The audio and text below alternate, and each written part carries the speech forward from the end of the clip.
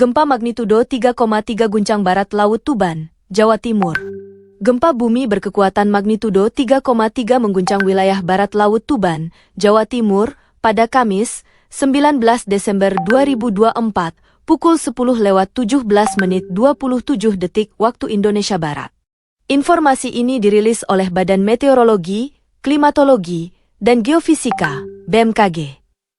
Epicentrum gempa terletak di darat, pada koordinat 679 lintang selatan dan 11198 bujur timur, dengan kedalaman 10 km. Lokasi pusat gempa berada sekitar 12 km di barat laut Tuban, Jawa Timur.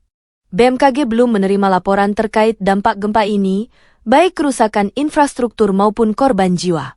Dengan magnitudo yang relatif kecil dan kedalaman yang dangkal, gempa ini kemungkinan hanya menimbulkan getaran ringan di wilayah sekitar. Seperti biasa, BMKG mengutamakan kecepatan dalam menyampaikan informasi awal ini.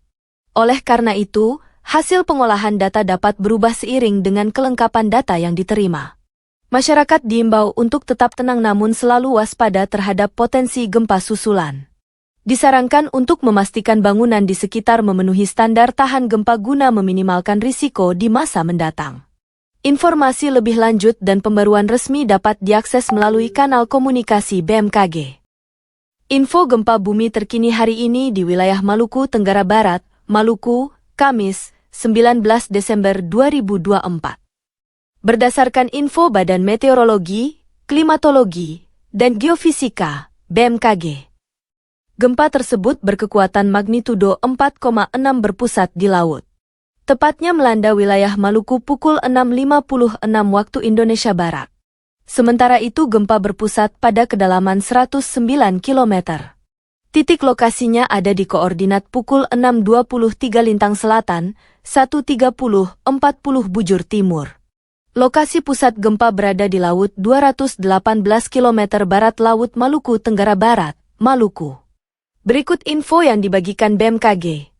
Gempa magnitudo 4,6 skala Richter, 19 Desember 2024 06.56 WIB, lokasi pukul 6.23 lintang selatan, 1.30.40 bujur timur 218 km barat laut Maluku Tenggara Barat, kedalaman 109 km. Disclaimer, informasi ini mengutamakan kecepatan, sehingga hasil pengolahan data belum stabil dan bisa berubah seiring kelengkapan data, tulis ex-BMKG. Berikut ini prediksi dari BMKG terkait gempa megatrust yang bisa memicu terjadinya tsunami di Indonesia, ini waktu dan lokasinya. Gempa besar yang dikenal sebagai megatrust, yang diduga mengancam Indonesia baru-baru ini, menjadi topik hangat di berbagai platform, termasuk viral di TikTok dan media sosial lainnya. Kabar mengenai gempa ini, yang berpotensi memicu tsunami dahsyat, menyebar setelah terjadinya gempa besar berkekuatan 7,1 skala Richter di Jepang, tepatnya di Pulau Kyushu, pada Kamis, 8 Agustus 2024, lalu. Di zona megatrust ini, terdapat palung bawah laut sepanjang 800 km yang membentang dari Shizuoka di barat Tokyo hingga ujung selatan Pulau Kyushu. Gempa besar yang terjadi 2 minggu lalu dikhawatirkan dapat menjadi pemicu gempa dahsyat berikutnya di sistem tunjaman Nankai. Kepala Pusat Gempa Bumi dan Tsunami BMKG, Daryono, menyampaikan bahwa kekhawatiran para ilmuwan Jepang terhadap megatrust Nankai serupa dengan kekhawatiran yang dirasakan para ilmuwan di Indonesia. Di Indonesia, yang perlu mendapat perhatian khusus adalah Seismic Gap Megatrust Selat Sunda, M87, dan Megatrust Mentawai Siberut, M89. Gempa di kedua segmen megatrust ini hanya tinggal menunggu waktu, mengingat kedua wilayah tersebut sudah ratusan tahun tidak mengalami gempa besar, kata Daryono dalam pernyataan resminya beberapa saat lalu. Sebagai langkah mitigasi, BMKG telah menyiapkan sistem monitoring, pemrosesan, dan penyebaran informasi gempa serta peringatan dini tsunami yang semakin cepat dan akurat. Daryono juga menjelaskan bahwa jika gempa besar benar-benar terjadi di megatrust Nankai, kemungkinan besar hal ini akan memicu tsunami, karena setiap gempa besar dan dangkal di zona megatrust berpotensi menyebabkan patahan dengan mekanisme naik, thrust fault, yang dapat mengganggu kolom air laut, memicu terjadinya tsunami. Pertanyaan yang muncul adalah, apakah jika gempa megatrust besar terjadi, hal tersebut akan mempengaruhi lempeng tektonik di Indonesia? Jawabannya adalah, jika terjadi gempa besar di Megatrust Nankai, deformasi batuan skala besar yang terjadi dipastikan tidak akan berdampak pada sistem lempeng tektonik di Indonesia. Jaraknya yang sangat jauh serta biasanya dinamika tektonik yang terjadi hanya berdampak pada skala lokal hingga regional pada sistem tunjaman Nankai, jelas Daryono. Meskipun demikian, tsunami besar di Jepang dapat menjalar hingga ke wilayah Indonesia, sehingga hal ini perlu kita waspadai, tambahnya. Meski demikian, Daryono menyatakan bahwa masyarakat tidak perlu khawatir, karena apa yang terjadi di Jepang dapat dipantau secara real-time dan dianalisis dengan cepat. Menurut Daryono, BMKG dapat memodelkan tsunami yang mungkin terjadi dan dampaknya menggunakan sistem INATWS, Indonesia Tsunami Early Warning System, sehingga BMKG akan segera menyebarluaskan informasi gempa bumi dan peringatan dini tsunami di seluruh wilayah Indonesia, khususnya di bagian utara Indonesia. Berdasarkan skala MMI yang dikutip dari laman BMKG, berikut info MMI yang dapat dipelajari. 1 MMI. Getaran gempa tidak dapat dirasakan kecuali dalam keadaan luar biasa oleh beberapa orang. 2 MMI. Getaran atau goncangan gempa dirasakan oleh beberapa orang, benda-benda ringan yang digantung seperti lampu gantung bergoyang. 3 MMI. Getaran gempa dirasakan nyata dalam rumah. Getaran terasa seakan-akan ada naik di dalam truk yang berjalan. 4 MMI. Pada saat siang hari dapat dirasakan oleh orang banyak di dalam rumah, di luar rumah oleh beberapa orang, gerabah pecah, jendela pintu bergoyang hingga berderik dan dinding berbunyi. 5 MMI. Getaran gempa bumi dapat dirasakan oleh hampir semua orang, orang-orang berlarian, gerabah pecah, barang-barang terpelanting, tiang-tiang dan benda besar tampak bergoyang, bandul lonceng dapat berhenti. 6 MMI.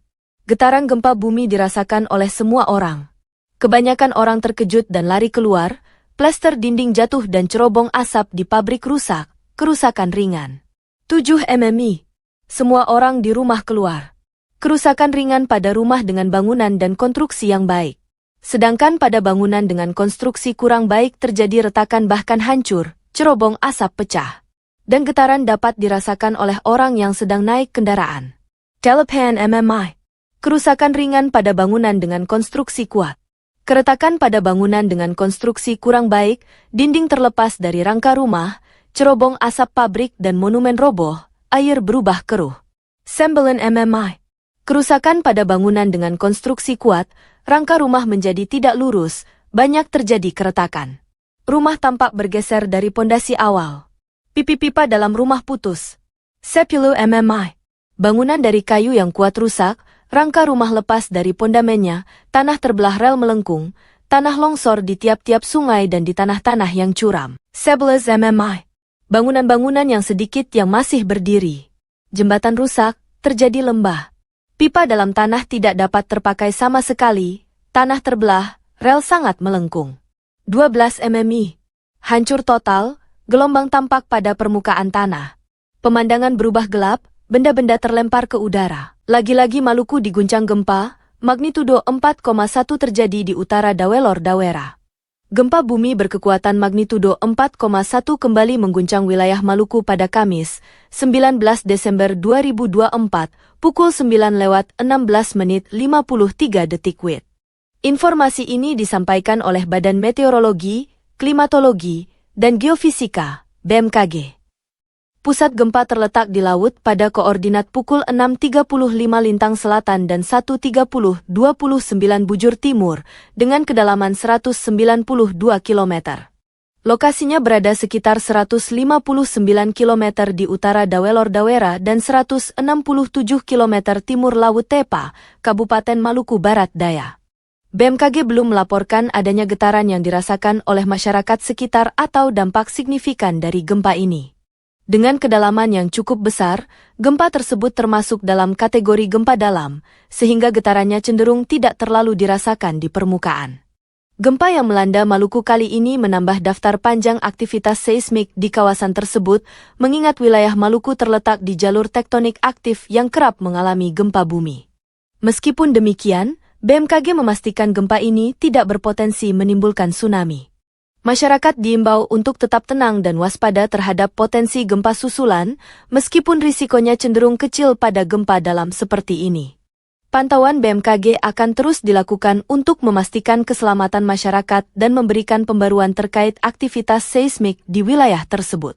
Lagi dan lagi, gempa guncang Maluku dengan magnitudo 4,7. Gempa bumi bermagnitudo 4,7 kembali mengguncang wilayah Maluku pada Kamis, 19 Desember 2024, pukul 7:16:53 waktu Indonesia Barat. Informasi ini disampaikan oleh Badan Meteorologi, Klimatologi, dan Geofisika, BMKG.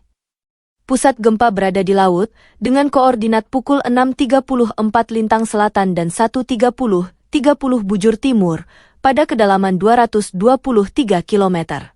Lokasinya terletak sekitar 212 km di barat laut Maluku Tenggara Barat.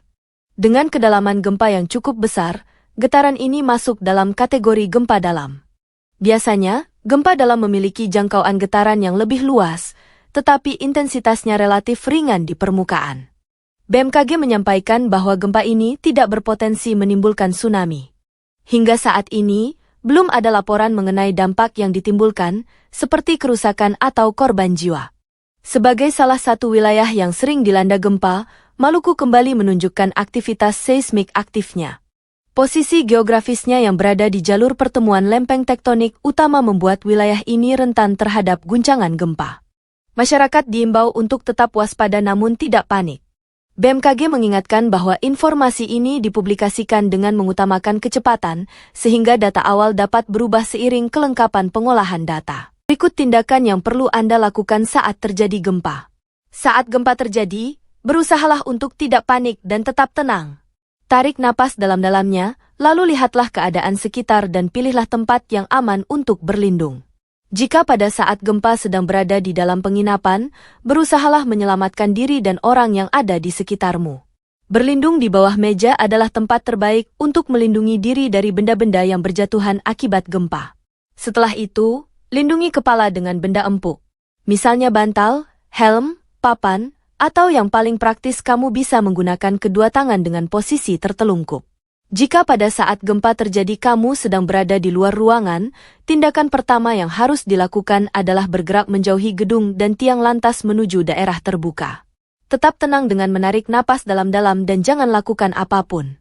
Sebab, biasanya setelah gempa pertama akan terjadi gempa susulan.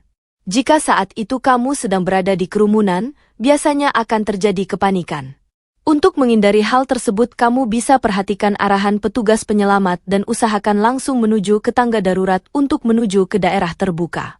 Jika gempa terjadi saat kamu sedang berada di gunung, bergeraklah menuju daerah lapang untuk berlindung.